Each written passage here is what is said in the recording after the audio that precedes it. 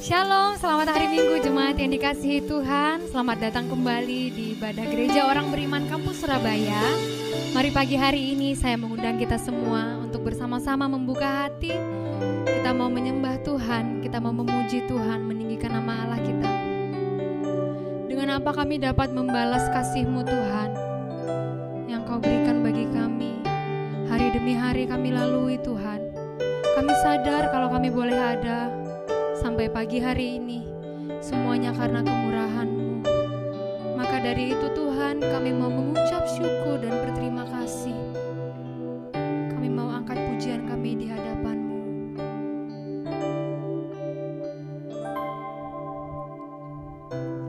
Dengan apa ku membalas kasih-Mu yang ku terima darimu.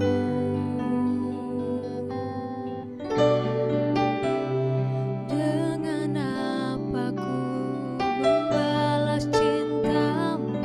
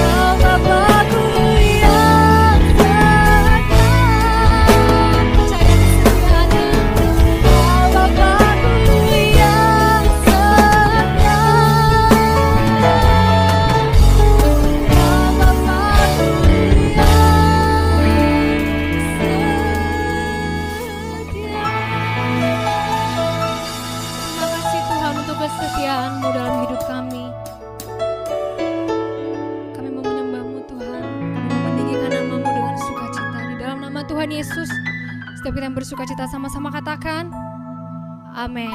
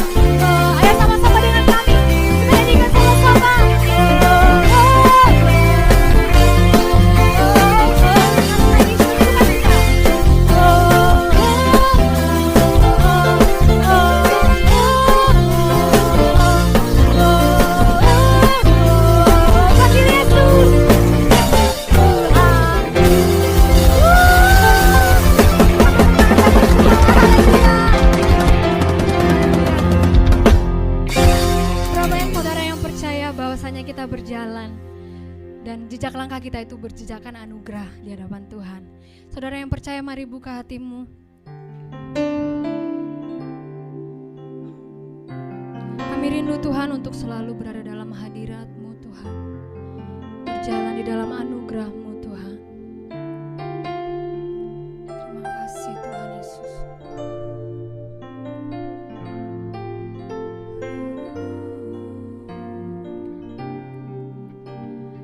Berada di dalam hadirat-Mu lebih berharga dari 1000 hari. Berada di dalam hadirat-Mu ada mujizat dan anugerah-Mu. Setiap langkahku ada di mata-Mu. Kau yang atur berjejakan anugerah. Tak Kau biarkan ku jalan sendiri. Percayaku sepenuhnya di dalam-Mu. Kami percaya setiap langkah kami Engkau yang atur Tuhan. Berada di dalam hadirat-Mu lebih berharga dari 1000 hari. Berada di dalam hadirat-Mu ada mujizat dan anugerah-Mu. Setiap langkahku ada di mata-Mu. Kau yang atur berjejakan anugerah. Tak Kau biarkan ku jalan sendiri. Percayaku sepenuhnya di dalam. Setiap langkahku ada di mata-Mu. Mari serahkan hidupmu, katakan, biar Tuhan yang atur setiap langkahmu, berjejakan anugerah. Tak Kau biarkan ku jalan sendiri. Percayaku sepenuhnya di dalam-Mu. Ini kami Tuhan, setiap langkah kami, setiap langkahku ada di mata-Mu. Kau yang berjejakan anugerah. Tak Kau biarkan ku jalan sendiri. Percayaku sepenuhnya di dalam-Mu. Percayaku sepenuhnya di dalam-Mu. Aku percaya, percayaku sepenuhnya di dalam-Mu.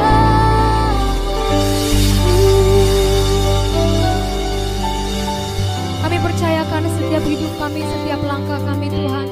Biar kami berjalan seturut dengan firman-Mu. Karena kami percaya Tuhan, firman-Mu itu adalah terang bagi kaki kami dan pelita bagi jalan kami.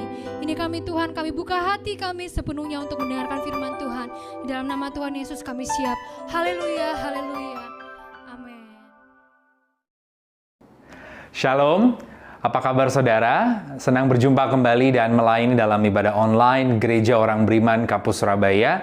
Pada hari ini di minggu ketiga di bulan Oktober, yakni tanggal 17 Oktober tahun 2021.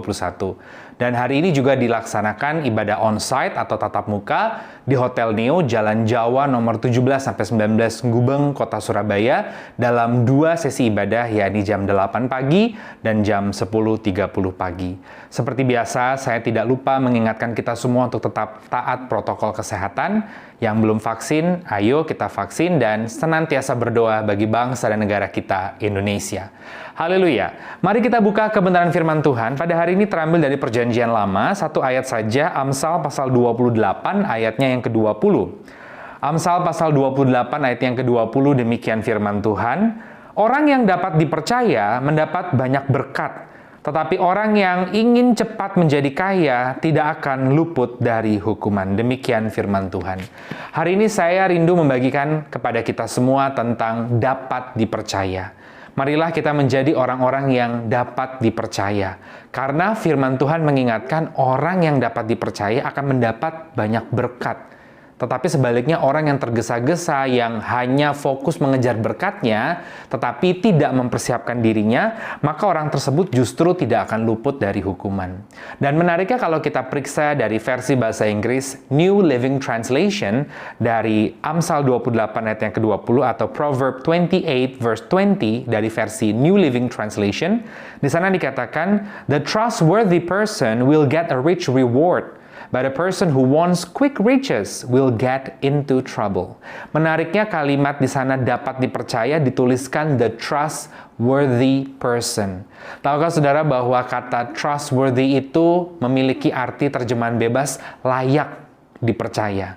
Jadi untuk seseorang menjadi dapat dipercaya berarti ada kriterianya di sini. Karena terjemahan bebasnya adalah layak dipercaya. Oh, orang-orang seperti inilah A, B, C, D yang layak dipercaya. Jadilah orang Kristen pengikut Tuhan yang memiliki kriteria-kriteria ini, layak dipercaya, trustworthy atau bahasa Indonesia LAI ialah dapat dipercaya, maka hidupmu siap menerima berkat besar dari Tuhan.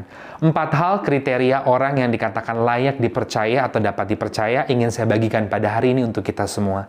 Yang pertama, saudara boleh mencatat, kriteria orang yang dikatakan layak dipercaya ialah jujur.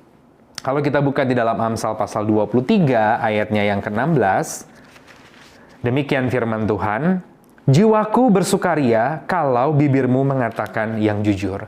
Alkitab mengatakan tentang jujur tidak 1 kali, tidak 2 kali, tetapi berkali-kali. Dan masih ada banyak ayat-ayat lainnya yang berbicara tentang jujur. Dan saudara, ini penting loh, karakter ini untuk kita miliki. Karena orang yang dapat dipercaya atau memiliki kriteria jujur ini, dia baru bisa layak dikatakan dipercaya. Kalau tidak, ya tentu tidak akan dapat dipercaya. Dan salah satu faktor penjaga sukacita batin kita adalah kejujuran. Lawan dari kejujuran adalah bohong, dusta, dan curang. Saudara bisa bayangkan kalau seorang manusia hidupnya di dalam kebohongan, dusta, dan kecurangan, tentu tidak ada sukacita batin di dalamnya. Hidupnya tidak tenang dan gelisah terus.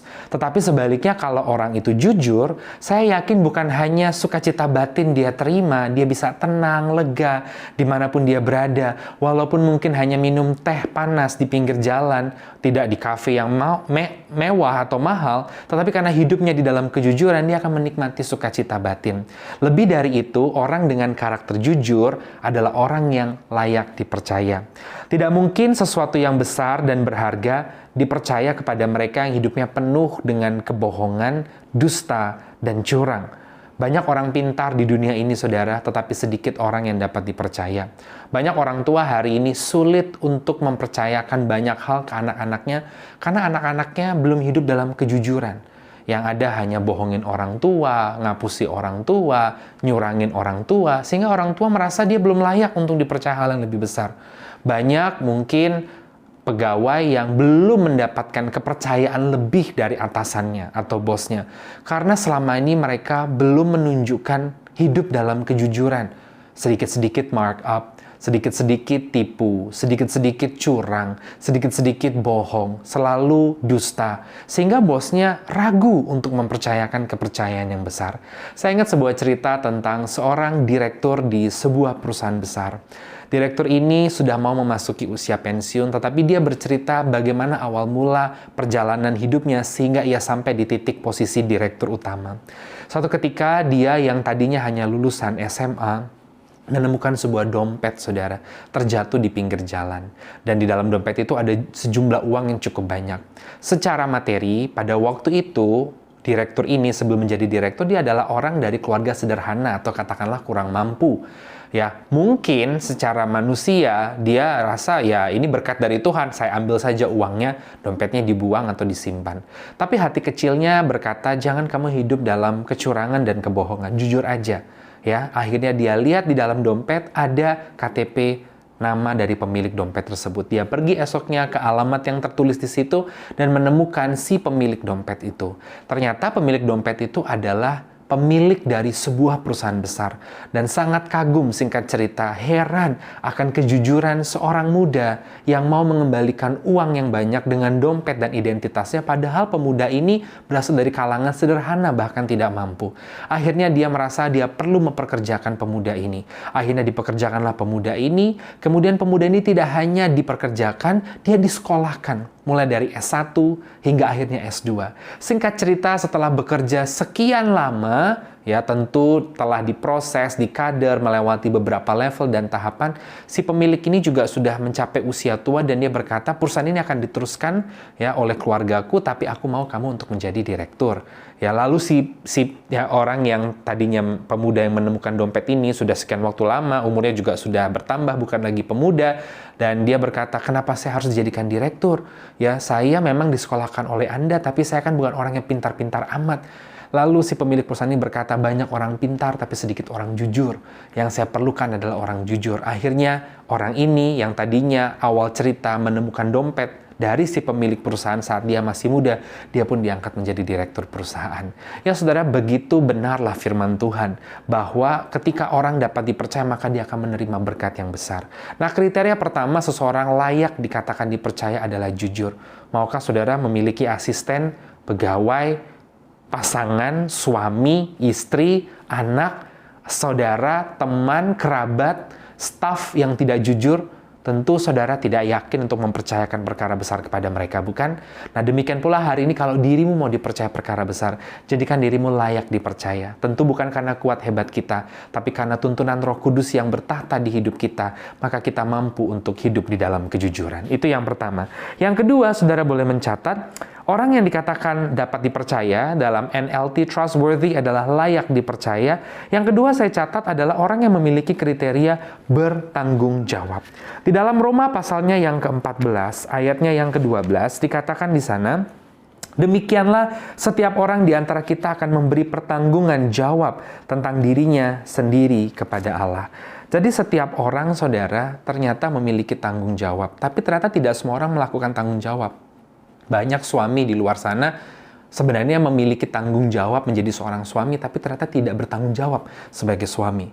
Meninggalkan istri, tidak mengurus anak. Banyak orang di luar sana harusnya memikul tanggung jawab mungkin sebagai pelajar, mengerjakan tugas. Tapi dia malas-malasan, dia tidak fokus, dia buang-buang waktunya, sehingga akhirnya skripsi tidak diselesaikan dan akhirnya kuliah ditinggalkan padahal orang tua sudah membiayai sebegitu beratnya perjuangan. Ini merupakan contoh-contoh orang yang hidupnya tidak bertanggung jawab. Nah, kalau orang tidak bertanggung jawab, ya artinya tidak dapat melakukan apa yang sudah resiko yang sudah dia terima di awal, dia tidak siap menanggungnya dan mengerjakannya dengan baik. Dengan kata lain, dia sebenarnya tidak siap untuk menerima berkat besar. Saya yakin dalam kehidupan semakin besar kepercayaan yang diberikan diikuti oleh tanggung jawab yang semakin besar pula. Banyak di antara kita yang melihat orang yang ada di posisi yang tinggi. Contohnya saja kalau kita melihat misalkan pemimpin dunia, Presiden Amerika Serikat. Wow, enak sekali ya, berbagai fasilitas, tinggal di Gedung Putih, memiliki tempat peristirahatan di Camp David, kemudian naik Air Force One, kemudian naik Marine One, semuanya fasilitas mobilnya yang pengamanannya begitu ketat. Tapi kita juga perlu melihat sisi lain bahwa kepercayaan besar diikuti dengan tanggung jawab yang besar. Dengan kata lain kalau kita balik, berarti orang yang bertanggung jawab adalah orang yang siap untuk menerima berkat besar, karena orang yang bertanggung jawab adalah orang yang layak untuk dipercaya. Hari ini saudara, orang yang bertanggung jawab itu adalah kurang lebih orang juga yang melakukan the best, yang terbaik. Tidak asal-asalan. Hari ini dimanapun engkau ditempatkan Tuhan, sebagai suami, sebagai istri, sebagai anak, sebagai pegawai, sebagai bos, sebagai pengusaha, sebagai siswa, pelajar, do the best, lakukan yang terbaik, tidak asal-asalan. Saya ingat sebuah cerita tentang guru sekolah minggu. Ya, guru sekolah minggu ini kerjanya, ya dia waktu itu hanya mengeluh, kenapa sih kok di pelayanan dia tidak dipercaya perkara besar, dia tidak dipercaya untuk membina anak-anak dalam skala yang besar, dia hanya ditempatkan di cabang gereja yang kecil, yang anak-anaknya hanya sedikit gitu. Tetapi ternyata kalau diteliti hidupnya, pernah satu kali, dan bukan satu kali, beberapa kali guru sekolah minggu ini tidak mempersiapkan dengan baik materi sekolah minggu. Satu ketika pernah ada cerita, dia nonton Liga Inggris sampai subuh, saudara. Kurang lebih selesai jam 3-an. Kemudian besoknya tuh hari Minggu. Dia belum mempersiapkan materi cerita sekolah minggu, ayat firman Tuhan, dan bahan-bahan prakarya yang harus disampaikan dan dikerjakan di depan anak-anak sekolah minggu. Alhasil dia bangun telat, jam 8 kurang 10, bangun, tidak mandi, ya, tidak beres-beres, pakaian seadanya, dia lari ke gereja, buru-buru, masuk telat, dan ketika sampai tiba waktunya pemberitaan firman, dia mengatakan, adik-adik, hari ini kita mau belajar tentang Zakheus. Tiba-tiba anak-anak sekolah minggunya berteriak, Kak, cerita Zakheus ini udah 10 kali tahu, kakak ulang-ulang lagi gitu. Dan akhirnya di situ dia tertegur bahwa iya, dia tidak bertanggung jawab ya sebagai guru sekolah minggu, tidak mempersiapkan materi dengan benar, tidak mempersiapkan diri, kurang tidur, kelelahan, tidak mandi, tidak memberikan yang the best. Lalu dia sadar, itulah sebabnya kenapa dia belum dipercaya perkara besar. Sementara seangkatannya dia sudah dipercaya menjadi guru sekolah minggu di cabang yang lebih besar, kemudian anak-anak dalam skala yang besar, bahkan hingga ribuan. Ini menunjukkan bahwa memang dirinya belum layak, karena dirinya belum dapat bertanggung jawab. Yang kedua, jadilah orang yang bertanggung jawab, saudara, supaya kita dapat layak dipercaya dan menerima berkat besar. Yang ketiga, saudara, mari kita lihat 2 Timotius 4 ayat yang ke-7. Di dalam 2 Timotius pasal yang keempat ayat yang ke-7, aku telah mengakhiri pertandingan yang baik, aku telah mencapai garis akhir, dan aku telah memelihara iman. Saudara, kalimat ini adalah kalimat akhir, menjelang akhir hidup dari Paulus. Dia menulis surat kepada anak rohaninya Timotius, dan dia tahu di Roma dia tinggal menanti pelaksanaan eksekusi mati bagi dirinya. Dan dia mengatakan, aku telah mencapai pertandingan akhir, dengan baik telah memelihara iman. Intinya saudara, memang ini berbicara tentang orang yang sedang ada di akhir hidupnya, tapi Paulus tahu bahwa ia telah menyelesaikan dengan baik sampai akhir pekerjaannya. Yang ketiga, kriteria orang yang layak dipercaya sehingga siap menerima berkat besar adalah orang yang dapat menyelesaikan dengan baik sampai akhir. Dalam bahasa Inggrisnya, finish well. Bagaimana mungkin saudara dapat dipercaya dan menerima berkat besar kalau saudara tidak mengerjakan dengan baik sampai akhir apa yang sudah saudara mulai? Kalau kita bicara, ya ini kita berbicara tentang, ayat ini berbicara tentang orang yang mau mati, betul. Ya kan kita sudah percaya Tuhan, betul. Tapi kalau saudara mengakhiri hidupmu sekarang karena banyak problem, stres, depresi, mengambil keputusan bunuh diri, padahal Tuhan bilang belum waktunya mati, berarti engkau tidak mengerjakan dengan baik sampai akhir hidupmu apa yang sudah Tuhan berikan di awal. Kalau engkau di tengah jalan akhirnya meninggalkan Tuhan, tidak percaya lagi kepada Kristus Yesus, lah bagaimana bisa dikatakan kau finish well dan dikatakan layak dipercaya? Berkat besar apa yang menanti setelah kematian? Tentu hidup kekal di kerajaan sorga. Paulus yakin dia siap menerima hidup kekal di kerajaan sorga, karena sampai akhir dia telah mengerjakan dengan baik pekerjaan yang diberikannya dari Tuhan sejak awal. Nah, hari ini bukan hanya berbicara tentang kehidupan menjelang kematian, apapun itu saudara. Ketika saudara mengerjakan dengan baik, sebenarnya saudara sedang menciptakan satu masterpiece dalam kehidupanmu. Ketika engkau memulai studi, selesaikan dengan baik sampai akhir. Ketika engkau memulai rumah tangga, selesaikan dengan baik sampai akhir, maut memisahkan. Ketika engkau memulai satu usaha, kerjakan dengan baik. Ketika engkau melayani, lakukan dengan baik, sampai pada waktu engkau dipanggil pulang ke rumah Bapa di sorga. Selesaikan dengan baik sampai akhir, finish well. Ada satu cerita tentang Mona Lisa. Saudara mungkin tahu dan pernah mendengar, lukisan Mona Lisa adalah lukisan yang terkenal, satu masterpiece dari seorang yang bernama Leonardo da Vinci. Tapi tahukah saudara bahwa ternyata lukisan Mona Lisa tadinya tidak diharapkan menjadi lukisan masterpiece dari Leonardo da Vinci. Itu hanyalah sebuah lukisan biasa yang tidak selesai, unfinished. Padahal sudah dikerjakan 4 tahun dari tahun 1503 sampai 1507. Kemudian Leonardo da Vinci nggak fokus, dia kemudian senang dengan kehidupan yang cukup glamor, dia diperbolehkan tinggal di istana Raja Prancis. Kita tahu istana Raja Prancis di Prancis sana, saudara, rumah besar, kamarnya bukan cuma 10-20, tapi ratusan kamar. Dia biasa melihat kehidupan yang glamor, yang mewah, pesta, anggur, wine, orang berdansa dengan pakaian yang sangat cantik dan indah, saudara. Dia akhirnya tidak ingat lagi tentang apa yang dia mulai di awal. Tapi tiba-tiba sekitar tahun 1517 dia sadar lukisan ini ada di ruangannya dan dia mulai melanjutkan lagi. Sampai akhirnya dilanjutkan 3 tahun. Total pembuatan lukisan ini 7 tahun. 4 tahun, kemudian jeda, dia tidak fokus. Kemudian 1517 sampai 1519 dia menyelesaikan. Dan saudara tahu, dia selesaikan lukisan itu di tahun 1519. Di tahun itulah dia meninggal dunia. Dia meninggal telah menyelesaikan dengan baik sebuah lukisan yang dia mulai di awal beberapa tahun sebelumnya. Ternyata lukisan ini menjadi lukisan masterpiece. Sampai hari ini disimpan di museum terkenal di Prancis dengan nilai mencapai jutaan dolar kalau ditaksir nilainya berdasarkan nilai angka mata uang, saudara. Jadi hari ini yang ketiga, jadilah orang yang menyelesaikan semuanya dengan baik sampai akhir. Finish well, terutama hidupmu bersama dengan Tuhan. Tetap terus berjalan dengan Tuhan, iring Tuhan sampai akhir hidupmu. Maka kita layak dipercaya dan kita siap menerima berkat besar. Tentu ini bicara tentang kerajaan sorga. Yang keempat, yang terakhir, mari kita lihat Lukas 16 ayatnya yang ke-10. Demikian firman Tuhan.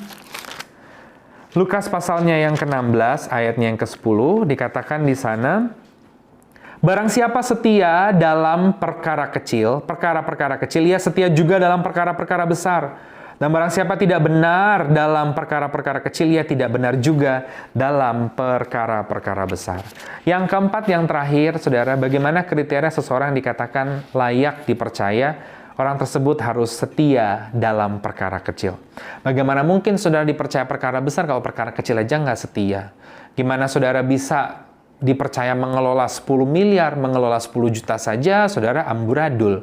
Gimana saudara dapat dipercaya jabatan, katakanlah direktur, mendirect orang, kalau saudara sendiri tidak bisa mendirect dirimu sendiri, bangun pagi, menata hidup, harus melakukan aktivitas. Bagaimana saudara dapat dipercaya omset yang besar? Lawang usaha omset kecil aja sudah berantakan kemana-mana, hutang di mana-mana tidak bisa dibayarkan, saudara. Pintu gerbang yang besar dibuka oleh kunci yang kecil. Berkat besar dimulai dari sesuatu yang kecil disediakan, dikerjakan dengan baik. Rumah yang indah dimulai dari langkah-langkah menumpuk batu bata yang kecil, menyemennya, kemudian mengacinya, membereskannya. Jadilah rumah yang besar dan indah, saudara. Hari ini perkara kecil apapun, mungkin saudara hari ini dipercaya, apapun itu, di kantor, di usaha, sederhana kecil lakukan dengan setia. Saya juga, saudara, misalkan ibadah komsel, ya, mau yang hadir 1 orang, 2 orang, walaupun itu dalam Zoom, saya laksanakan aja gitu. Ngapain kok saya berangan-angan, saya mau pimpin nanti misalkan komsel atau ibadah ya 5.000 orang. Lah yang 10 orang aja saya nggak setia, bagaimana saya bisa dipercayakan yang besar? Kurang lebih seperti itu kalau diaplikasikan secara sederhana. Sebagai penutup, saudara, saya mau menceritakan tentang kisah Raja Daud. Sebelum Daud menjadi raja, kita semua tahu bahwa dia adalah seorang gembala kambing domba yang menggembalakan kawanan ternak ayahnya. Dan satu ketika pada peristiwa Goliat menantang bangsa Israel, Daud ini sedang ada di desa di kampung halaman ayahnya di Bethlehem. Dan terjadilah yang namanya serangan dari bangsa Filistin. Tentara Filistin berkumpul, berkemah di daerah yang namanya Azekah. Nanti bisa baca sih dalam 1 Samuel pasal 17 ayat yang ke-1. Dan Daud ini ada di Bethlehem. Dari situ papanya Daud, Isai, berkata, bawa ini makanan kurang lebih beratnya seeva dan 10 potong roti ke perkemahan di mana kakakmu berada. Karena kakaknya itu jadi tentara. Ya, jadi kakaknya itu jadi tentara, dibawain makanan lah. Kalau bahasa Indonesia sederhana dibawakan rantangan. Tahukah saudara bahwa yang dibawa itu adalah 1 eva? 1 eva itu kurang lebih 36 liter. 36 liter itu 1 liter kurang lebih beratnya sekitar 0,7 kilo. Berarti 36 liter adalah 36 kali 0,7 kilo sama dengan 25,2 kilogram. Jadi berat yang dibawa oleh Daud itu adalah 25 kilo. Dia disuruh traveling, berjalan.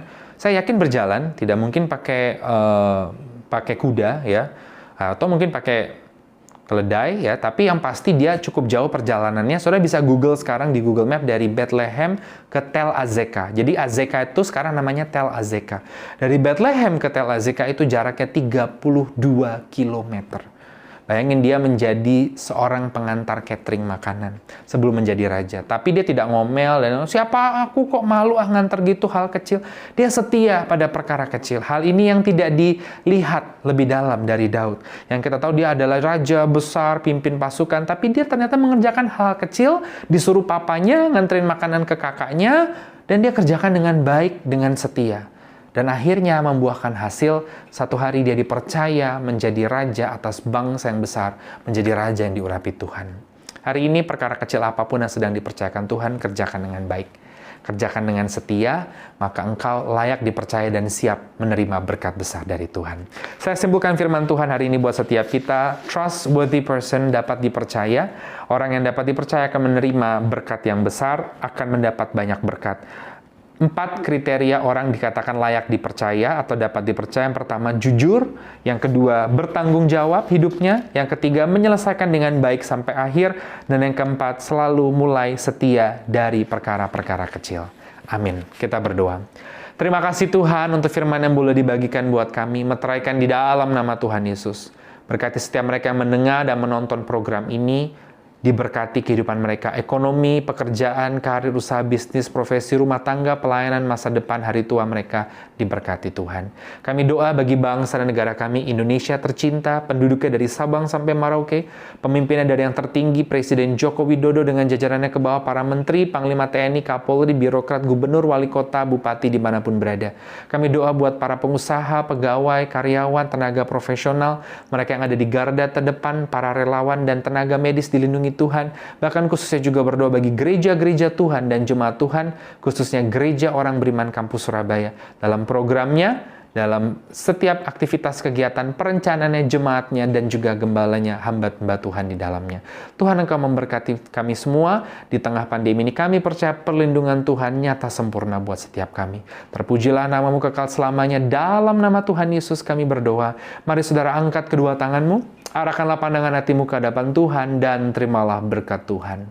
Kasih dari Allah Bapa di sorga, penyertaan cita dan damai sejahtera shalom dari Tuhan Yesus, serta persekutuan yang manis dengan Allah Roh Kudus menyertai kita semua. Hari ini sampai Maranatha dalam nama Tuhan Yesus. Haleluya. Amin.